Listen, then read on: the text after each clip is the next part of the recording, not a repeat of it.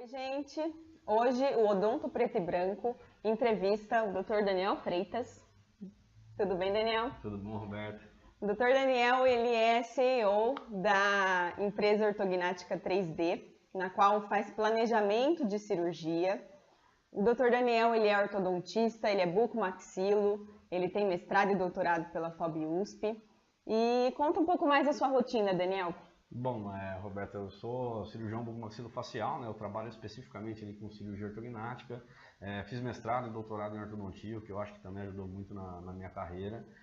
Hoje eu sou CEO da Ortognática 3D, na verdade é uma empresa que eu fundei, que faz planejamentos para cirurgia ortognática, tanto para o meu uso pessoal, como também para outros cirurgiões. Eu trabalho especificamente ali, eu sou cirurgião bucomaxilofacial, mas o que eu mais faço é cirurgia ortognática. Eu trabalho com cursos também, sou professor no Rio de Janeiro, né? Tenho consultório no Rio, tenho consultório em Bauru, enfim, eu faço, né, trabalho vida bem agitada. Especificamente ali com a cirurgia ortognática. Legal. E eu queria saber, Daniel, aonde que a radiologia entra no seu dia a dia, como que é esse planejamento 3D, onde a tomografia atua nos seus planejamentos. Eu queria que você contasse um pouquinho do software que você usa, então como que o 3D faz parte aí do seu diagnóstico. Vamos lá, assim, eu comecei a trabalhar com cirurgia ortognática numa época que a gente ainda confeccionava o guia cirúrgico de maneira laboratorial, né? Eu digo que hoje a tecnologia 3D, ela mudou totalmente a forma de se confeccionar guia cirúrgico, né? A gente hoje tem basicamente a possibilidade ali de ter um paciente virtual, de operar esse paciente no computador, gerar protótipo e fazer o guia cirúrgico a partir de impressão 3D, tudo ali a partir do software, né? O tratamento da deformidade dentafacial, ele envolve ali duas ferramentas, né? A ortodontia e a cirurgia ortognática. Então, basicamente, a gente é um tratamento relativamente longo, né? A gente recebe o paciente, às vezes, logo no início, a gente já faz o diagnóstico tanto dos problemas faciais quanto dos problemas dentários, define ali o preparo ortodôntico, a movimentação ortodôntica, né, que tem ali um objetivo de colocar os dentes numa inclinação mais favorável. Vou até mostrar aqui esse casinho. Josa, graças. O paciente então, ele tinha ali uma maloclusão, ele vai passar então por uma fase de preparo ortodôntico até chegar ali no momento de operar, né? Então, quanto tempo mais ou menos esse preparo? Esse preparo ele vai depender um pouco de caso para caso, né? Depende na verdade da severidade da maloclusão, da quantidade de apinhamento e da movimentação ortodôntica propriamente dita, né? Existem casos que são muito rápidos, às vezes tem casos que não precisa nem de preparo ortodôntico, mas tem casos que às vezes demoram 2 anos, às vezes até um pouco mais, depende também da colaboração do paciente. Basicamente assim, o paciente chegou no consultório, quais são os exames necessários? Assim? O paciente chegou com essa deformidade, qual é esse protocolo, esse passo a passo? Eu gosto de dividir assim, o tratamento em algumas etapas, né? A primeira etapa seria uma documentação inicial ortodôntica, né? Hoje em dia tem muitos ortodontistas que já trabalham, inclusive com simulação de movimentação dentária em software 3D e tudo mais. Então tem muita gente que usa tomografia computadorizada para diagnóstico inicial de ortodontia. Tá? Mas o normal que a gente mais encontra é aquela documentação básica da ortodontia, teleradiografia, fotos e tal, e aí a gente planeja essa movimentação dentária, né? Então, essa primeira etapa ali, diagnóstico da oclusão, determinar a movimentação ortodôntica necessária e a movimentação esquelética também, mas aí no planejamento 2D. Né? Depois que o paciente já está pronto para operar, né, como no caso aqui desse paciente aqui, aí sim a gente já vai fazer os exames que são mais aprofundados para o planejamento 3D. Né? Basicamente o que a gente vai utilizar então é uma tomografia, né, de face estendida e modelos de gesso escaneados. E nessa tomografia, quais são as especificações da tomografia? Então eu digo em relação à FOV, posição do paciente, ele usa guia, em relação ao voxel desse exame. Tem algumas especificações para esse tipo de paciente? Tem sim. A gente precisa de uma tomografia com qualidade boa para que na hora que a gente manipule essas imagens, a gente tenha ali um bom material. Né? Então a toma ela pode ser com nibinha, ela pode ser multislice, desde que ela pegue ali o FOV desde a região da glabela até a região do ocioide, desde o processo mastoide, no sentido anteroposterior, até o nariz todo, né? Mais ou menos como essa daqui. A gente tem que pegar ali a face estendida ali do paciente, né? O importante também é o paciente fazer essa tomografia computadorizada com um registro em relação cêntrica, né?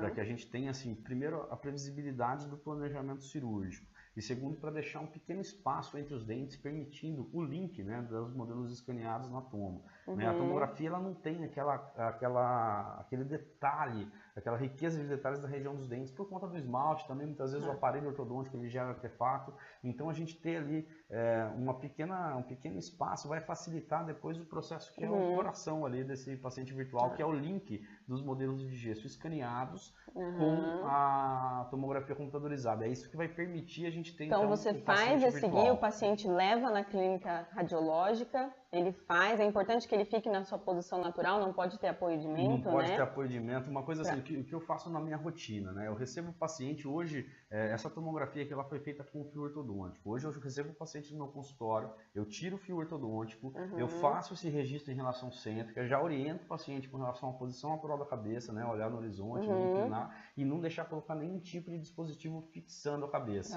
Porque a gente quer representar o tecido mole, né? E esse paciente, por exemplo, ele tem um espaço interlabial aqui aumentado. Sim. Eu vou até abrir aqui o 3D dele. Se ele sela o lado, a gente perde um pouco da previsibilidade na questão da movimentação esquelética, né? A gente movimenta o esqueleto e a gente não consegue saber exatamente ali o que vai acontecer com relação ao tecido mole. Então tem que estar ali com os lados bem relaxados, né?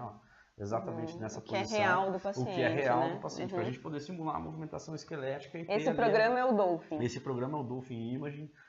Existem vários programas, né, que fazem também o planejamento 3D, mas na minha concepção esse daqui é o que eu mais gosto de trabalhar e, sem sombra de dúvida, aí, um excelente programa para planejamento 3D. Mas o que mais importa é a qualidade dos exames, né? O fato de tirar o fio ortodôntico é uma dica muito importante ali, porque ele diminui a quantidade de artefatos também na tomografia na região dos dentes. Artefato é uma limitação, né? E isso facilita depois o link, dessa forma a gente acaba tendo um paciente virtual muito melhor do que se tiver com fio ortodôntico e se tiver os dentes tocando, porque aí funde um dente com o outro na hora de fazer o link da imagem.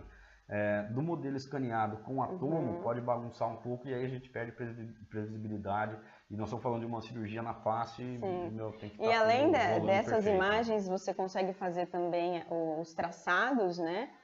Sim, a sobreposição dessas imagens, simulações. O que mais o Dolphin oferece em relação a software? Assim? Tudo aqui, né? Se a gente abre aqui o próprio o X-Ray Builder, né, que são ferramentas aqui, eu consigo sair aqui uma tela lateral, consigo tirar panorâmica, radiografia de tomografia, todos os cortes. Então, é um software que você tem todas as informações nele, tudo aqui. Você consegue planejar. Eu consigo fazer aqui a teleradiografia dele, eu uso a tele para diagnosticar também, né, assim, é importante entender que tem muitos cirurgiões que pensam que o planejamento 3D, né, esse tipo de software, ele vai resolver todos os problemas, ele vai fazer o planejamento por você. E não é bem assim, né? Eu faço em todos os meus casos, 100% dos casos, análise cefalométrica, eu faço análise facial, eu defino a movimentação, eu comparo a clínica com a movimentação. Aqui o software dá uma precisão de décimo de milímetro dessa movimentação esquelética. Só que o cirurgião ele tem que diagnosticar para determinar essa movimentação. Não é chegar aqui na frente do software, sair movimentando ali o esqueleto e ver onde fica melhor, porque não é você por aí. Você que tem que entender, ele só vai ajudar, né? Você tem um exemplo de algum caso assim de deformidade? Esse é um exemplo? Esse é um exemplo mesmo. Esse aqui é um paciente classe 3, né? Ele nessa época fez todos esses exames, né? Já para fazer a cirurgia, né? Eu digo que hoje mudou, né? A forma de executar. Antigamente a gente montava o articulador, fazia o traçado predictivo no 2D, simulava a movimentação muito mais manual, e confeccionava o guia cirúrgico, né? Para um processo laboratorial. Hoje a gente já tem essa possibilidade aqui, ó, de criar então esse paciente virtual, tá? Plano A. Essas são as nomenclaturas aqui dos meninos da ortognática 3D. Então aqui a gente faz todo um processo, né, na verdade, de trabalho dessa imagem ali de tomografia computadorizada. A gente cria ali uma panorâmica, determina quais são, aonde que está a mandíbula, aonde que está a maxila. Vamos abrir aqui, vai dar para a gente enxergar legal. As radiografias 2D também fazem parte dos exames com requisição ou não? Uma panorâmica ou só... Normalmente, quando eu faço a tomo aqui, dentro do próprio software, eu já consigo tirar, eu consigo radiografar o paciente em qualquer eixo aqui dentro do Dolphin, né? Então, eu consigo tirar aqui, por exemplo, uma radiografia. Essa panorâmica é uma panorâmica realizada a partir da tomografia. Sim, né? A reconstrução, né? Uma que ela reconstrução. permite. Então, quando eu peço a tomo, ela já substitui praticamente todos os outros exames. Né? Isso, uma documentação inicial de ortodontia também. Tem muito paciente, né? Às vezes até para definir o tratamento, se o cara quer operar ou não, a gente faz a tomografia logo no início do tratamento para poder simular essa movimentação esquelética para o paciente entender, né? Porque existem casos que são limítrofes, né? Casos que dá para tratar tanto com cirurgia ortognática quanto com ortodontia compensatória.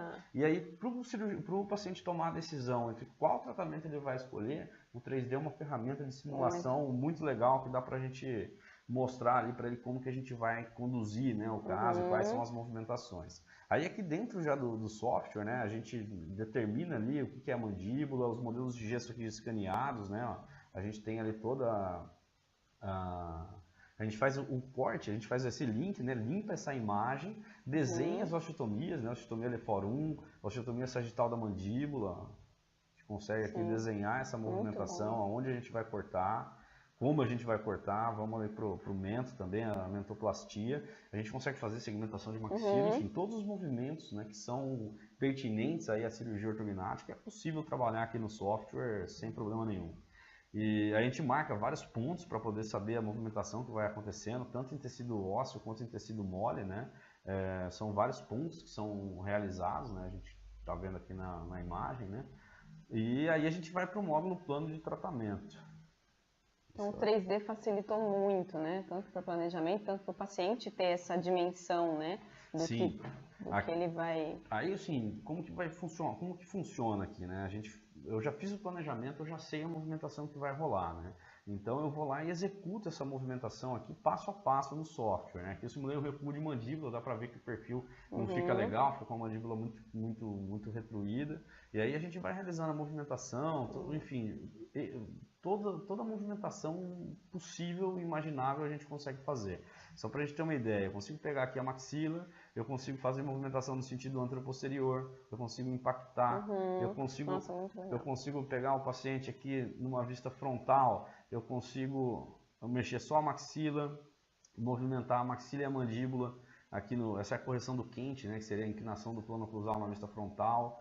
Eu consigo subir, descer, eu consigo olhar por baixo aqui, ver interferência óssea nessa região. Vamos lá, tirar o tecido mole, fazer aqui a movimentação, giro para um lado, giro para o outro, enfim. Aqui vai ser a movimentação vai ser realizada ali de acordo com o planejamento e a vontade ali do cirurgião. Agora só preciso ver onde é que eu parei aqui. Estava aqui, aqui. Depois desse planejamento que você vai fazer o guia cirúrgico, eu queria que você me falasse também sobre o guia cirúrgico, qual que é a sua função Na verdade, assim, para executar a cirurgia ortognática, a gente opera primeiro um segmento, reposiciona um segmento e depois reposiciona o segundo segmento. A gente faz primeiro a mandíbula, depois a gente opera a maxila. É um osso que é reposicionado por vez. E esse guia cirúrgico é fundamental na cirurgia bimaxilar. Então, se eu vou operar em cima e vou operar embaixo, eu tenho que ter um guia cirúrgico para reposicionar ali a mandíbula na hora, né? Antigamente a gente fazia esses guias na cirurgia de modelo. Hoje, como eu tenho esse paciente virtual, que ele é exatamente igual ao paciente real, se a gente imprimir esse crânio aí, hoje dá para imprimir esse crânio numa impressora 3D, ele vai ser exatamente nas mesmas proporções. Então, eu consigo pegar aqui e simular, por exemplo, só a mandíbula movimentando em relação à maxila. Então, eu tenho só a movimentação da mandíbula, eu consigo simular a abertura de boca aqui no software, né? A gente dá para enxergar, né? O software abrindo. Então, eu olhando aqui essa situação, deixa eu tirar aqui o tecido mole, né? O guia cirúrgico nada mais é do que a cópia dessa relação oclusal, da maxila não operada com a mandíbula operada. Então, na hora da cirurgia, eu vou lá, eu faço a osteotomia, eu vou fraturar e eu vou colocar esse dispositivo que vai reposicionar a mandíbula durante a cirurgia. A gente bloqueia, faz um bloqueio maxilomandibular, isso depois eu tenho um videozinho aqui para mostrar. E com essa reposição, eu vou lá, fixo a mandíbula, os cotos proximais, né, o ângulo da mandíbula, né, com o côndilo, coloco duas placas ali naquela posição para poder fixar, e aí depois eu venho e faço a cirurgia da maxila. Esse daqui é o protótipo do guia, né? A gente escolhe aqui, o cirurgião, existem, né, preferências ali para começar a cirurgia operando a mandíbula. Na verdade, isso daí é uma briga eterna entre cirurgiões, né? Tem as escolas, né? Um prefere operar por cima, enfim. Eu prefiro operar por baixo, na maioria dos casos. Mas eu também não brigo com ninguém, não, que quer operar por cima. Dá para fazer os dois de uma maneira precisa, desde que os exames estejam ali muito bem confeccionados. Então a gente simula ali, né, esse guia cirúrgico, eu peço ali para o software simular ali a abertura de boca. E eu tenho aqui um protótipo, né, que vai ser gerado então aqui pelo software e ele conversa Tudo com isso, as impressoras no caso 3D. agora é outro software. É o mesmo Dolphin. É o Dolphin. É o mesmo caso. Eu terminei Então, de simular a tudo lá movimentação e aí eu passo as informações aqui para o software e falo, olha, eu quero um guia que vai começar pela mandíbula. E ele vai me dar essa relação oclusal. O guia cirúrgico é isso aqui, né? Então aqui é o arco inferior, o arco superior. É um guiazinho que copia a oclusão. A gente olha isso, parece até uma coisa ele simples, encaixa mas exatamente é uma super tecnologia, porque a gente vai Uhum. pegar esse arquivo aqui, eu gero um arquivo STL aqui, ó, exporto ele e aí eu consigo mandar ele para ser processado.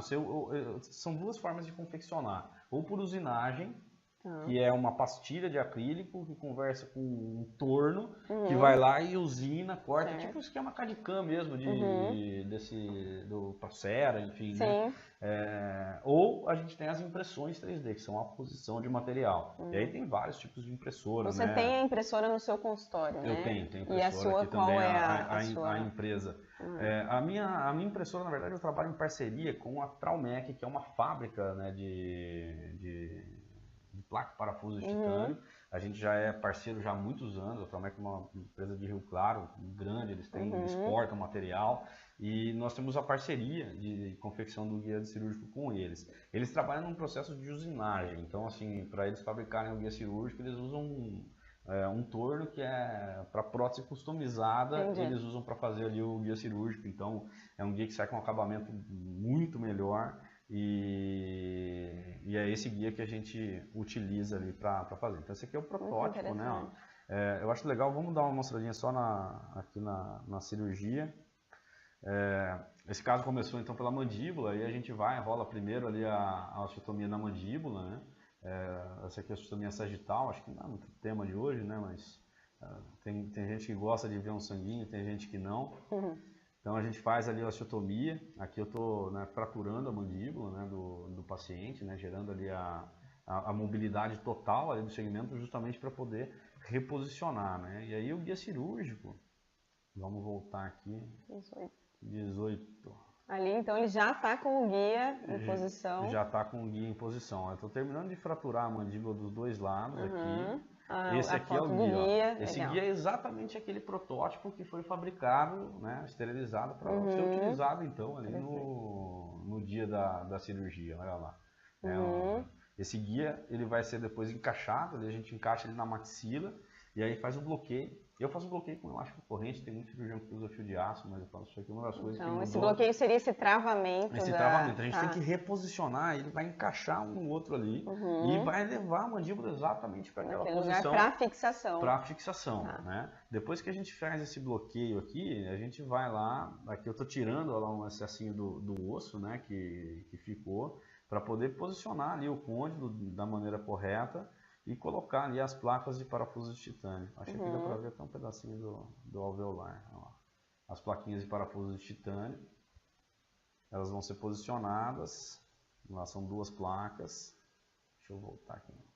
E a gente faz a fixação, então, nessa perfeita adaptação. É importante, aqui é mais para a galera da cirurgia, é importante assim, após a gente realizar essa fixação, né, eu tiro esse bloqueio e aí eu tenho que checar se de fato eu consegui levar minha mandíbula para a posição, porque pode ter erro na posição mandibular. E aí tem que rolar desse jeito que a gente está vendo aqui, né?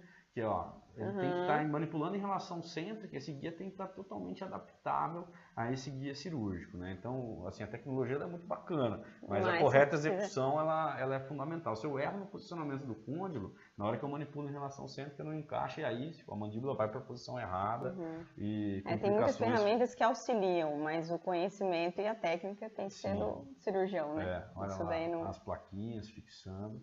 E aí depois que a gente fixou ali a mandíbula, normalmente a gente só usa o guia para a cirurgia da mandíbula mesmo, né? E depois aqui a oclusão final é o guia, né? Então a gente faz a osteotomia Lefort 1, passa meio rápido para a turma não... E depois da cirurgia vocês pedem uma nova tomografia? Como que é essa rotina depois de controle? Eu até gostaria, estou até fazendo um trabalho com um aluno meu lá da Bahia e ele tá... só que é difícil, né? A gente às vezes fazer essa tomo, o paciente fazer depois tomo com 2 meses, com 1 ano, acaba... tem a questão, né, de custo mesmo ali do paciente. Mas ela tem uma tomografia de pós-operatório? De controle. Na maioria dos casos a gente faz. Existem alguns casos que fica inviável ali fazer a tomografia, às vezes os pacientes ali se esforçam. Quando o paciente tem um plano de saúde, a gente consegue solicitar pelo próprio convênio para avaliar a material de fixação. Né? Mas quando a situação é um pouquinho mais difícil, né? Às vezes até financeiramente, a gente solicita só panorâmica e faz o acompanhamento clínico. Né? Sim. Legal, muito interessante, Daniel. Gostei bastante do seu trabalho, de tudo que você faz, esse passo a passo, de como a radiologia está presente no seu dia a dia, no seu planejamento, no seu diagnóstico. Queria agradecer bastante a sua entrevista. Beleza, mas calma, deixa eu mostrar pelo menos o vazio que ele já operou, né? Vou mostrar o... Vamos ver aqui, né? Tem que ver a parte do depois, né? Só fala do santo e não mostra o milagre. É duro, Vamos ver o resultado final. A gente executou exatamente todo esse processo, né? Esse guia cirúrgico. E aqui tem já a imagem lá do paciente ali após a cirurgia, naquela relação da oclusão final, que foi também escaneada, e o perfil ali, né? Exatamente ali da forma como foi planejado. Enfim, mostrando que de fato, né, é uma tecnologia que gera previsibilidade e hoje basicamente o cirurgião ele não precisa mais confeccionar os guias cirúrgicos de maneira laboratorial, porque a tecnologia 3D está aí e de fato mudou aí a forma de se confeccionar os guias cirúrgicos e consequentemente de executar a cirurgia ortognática. Muito bom o resultado. Parabéns pelo seu trabalho. Muito obrigado. Foi um prazer. Obrigada, gente. Então, hoje a entrevista foi com o Dr. Daniel Freitas. Espero que vocês tenham gostado. Valeu, um grande abraço e até a próxima entrevista. Tchau. Tchau.